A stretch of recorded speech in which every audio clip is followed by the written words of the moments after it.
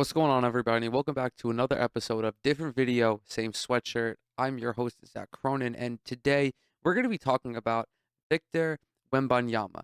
For all of you who have spent the last year, 18 months or so living under Patrick Starr's rock, Victor Wembanyama is a French teenager who has evolved into being the most hyped basketball prospect since LeBron James, and I would say the most hyped athlete overall since Bryce Harper. Victor Wembanyama, who was just drafted to the San Antonio Spurs on Thursday night, first overall, over these last couple of years, has garnered so much attention that it was bizarre seeing the NBA, the league itself, cover this kid, how they were covering him, streaming his games on the NBA app, just devoting so much attention to a prospect, levels of attention that no one gave to Zion Williamson, to Ben Simmons, to any of the other elite prospects that have come into the NBA between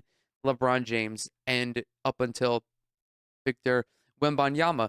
To this point, I hadn't really talked about Wemby in any degree on my social platforms, on my YouTube channel. I haven't mentioned him at all. And it's not because I'm Frenchophobic. It's not because I don't think he's going to be a fantastic player. It's just a lot of this attention around him was coming to a head during the tail end of the NBA regular season and throughout the NBA playoffs. And I really just wanted to focus all of my attention on the playoffs. But now that that's all over, Victor Wembanyama is now officially an NBA player. And this kid has the potential. I don't think he has the potential to be one of the all-time greats. And I partly believe that because I don't think that any prospect has that potential. I feel that's an unfair expectation to set upon them. I think that Victor Wembanyama, as it stands right now, coming into the 2023-2024 NBA season, has the potential to be one of the better players of his generation.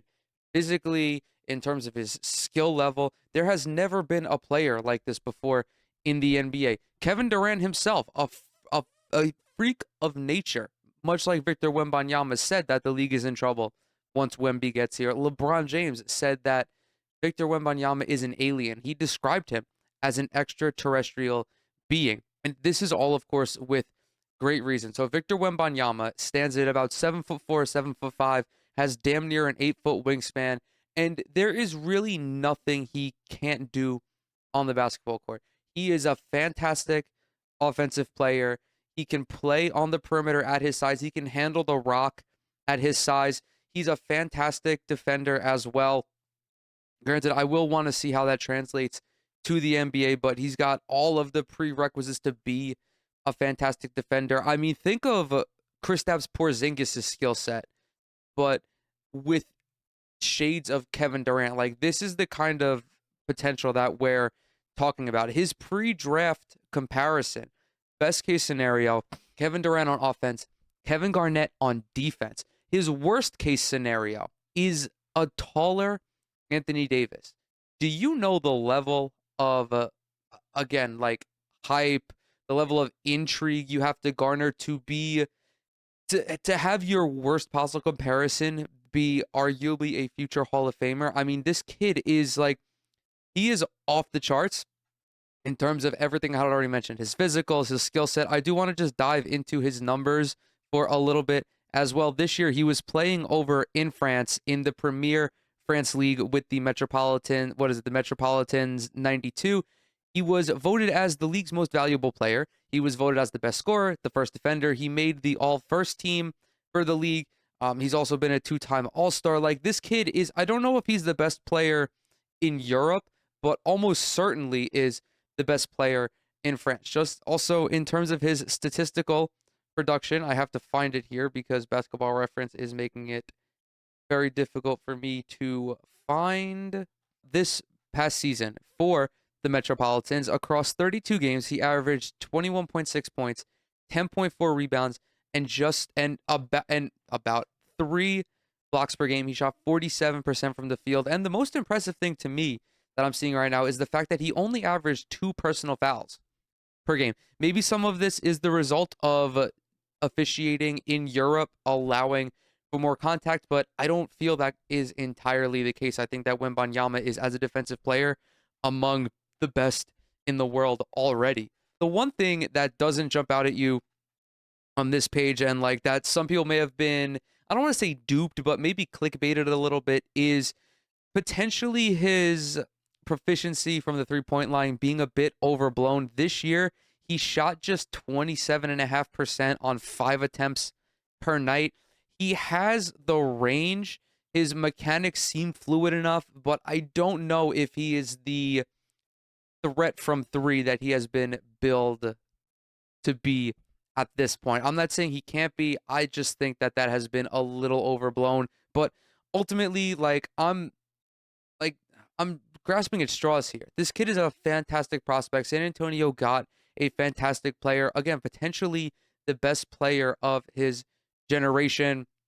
And as I already mentioned, the most hyped basketball player since LeBron James and the most hyped athlete in the United States, or at least in the four major sports here in the United States, since Bryce Harper, who, if you guys can remember, got a tremendous amount of coverage as well. I mean, Bryce Harper, much like LeBron, was billed as the chosen one. He was billed as baseball's chosen one, like on the cover of Sports Illustrated when he was like 16. This is a tremendous level of hype that I think also soured a lot of people who might have been interested in Victor Wembanyama just because of the way the news cycle is. He was getting, admittedly, everybody was glazing Victor Wembanyama, which I don't mind because he's a fantastic player. And not only that, he's having a fantastic season in Europe on an elite team or in an elite league, I should say, because sometimes with European prospects, they spend time in the lower leagues and they post decent numbers, but the grain of salt is, or the caveat is that they're doing this against lesser competition. Like we had this with Frank Ntilikina a couple of years ago where he showed all of this great potential, but in a lower league in France. The league that Wemby was playing in with the Metropolitans is the premier French league. Unfortunately, he didn't spend any time in the EuroLeague this year, but listen, that's just how the system goes over there. So, long story short, I think that Victor Wembanyama has the potential to be one of the better players of his generation.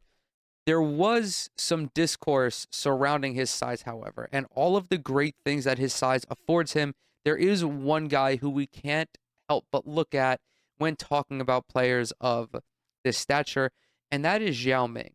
Yao Ming came into the NBA and was an absolute force, and ultimately his downfall was that he was too big and he became too injury prone, and the strain on his lower body was ultimately too much for too much for him to bear, and ultimately it cut his tenure short. That is, of course, my reluctance with Victor Wembanyama is, the potential cause for injury. Victor Wembanyama can become injury prone, but I don't think that was enough of a reason to pass on him first overall, because if you draft based on whether or not a player will spend their career being injured, you just won't be drafting. Even guys who aren't built like Wembanyama can have chronic injury issues. I mean, you look at a guy like Derrick Rose. There were no signs that pointed to him getting hurt throughout his career, but if that were the case, would he have, like, you're not going to pass up on a potential generational talent just because there's the possibility that he gets hurt. There is, of course, also Victor Wembanyama isn't as big as Yao Ming in terms of weight. I don't know if his official weight is listed anywhere. I mean, he's listed at 237. I would reckon that Yao was upwards of 300 because Yao was a big center. Wembanyama is a lot skinnier, a lot leaner. But again, I don't really feel that that is any reason to pass up on him. And then also, you can look at a guy like Rudy Gobert, who is similarly built to Wembanyama and really hasn't had the same injury concerns or the same injury issues as, Yao Ming. Rudy Gobert has been relatively healthy throughout his career. So again, we're splitting hairs at this point. There was no doubt in my mind that Wembanyama wasn't going to be the first overall pick. Again, the hype, the talent, the potential, everything is off the charts. He was more than deserving of going where he went on Thursday's draft. I don't want anyone to say differently. No disrespect to guys like Brandon Miller or Scoot Henderson, but ultimately, I think that regardless of who was picking first overall, they would have gone with Victor Wembanyama unless they had already a dominant center. Like if Minnesota had somehow gotten into the lottery this year, I think they would have passed on Wemby and gone for Scoot or Brandon Miller because that's a guy who would fit their team better. Ultimately, I am very excited to see Wemby in the NBA. I'm not the type of guy who wants to hate on young players coming into the league. I'm not the kind of guy who wants to hate on international players coming into the league because ultimately I want to enjoy watching basketball and I want people to enjoy watching basketball. And what makes basketball enjoyable? Seeing the best players go out and dominate. I do think there will be a little bit of a transitory period. I don't know if Wemby will come over and be as dominant as like a Luka Doncic, for example. I think that he will have to get used to the pace of play, the size, the physicality, the athleticism of the guys in the NBA, because that is something that not a lot of European players are accustomed to, is just the sheer strength and off the charts athleticism of the guys in the NBA. I think his rookie season will be a little bit rocky. I'm not quite ready to lock him in as the rookie of the year quite yet, although he probably has the best shot to win it. I think he is the best player in this draft. But ultimately, I don't want to get too far ahead of myself. Um, I really think that's all I have to say on Victor Wembanyama. I hope that he has a long, healthy career. I hope that he turns out to be a fantastic talent. If you want to ask me whether or not I feel the hype was overblown, I understand how the game works. If you're an organization of any kind, you want to stir up excitement. You want people to be captivated by these guys coming in. You want them to form emotional connections with the next generation of players.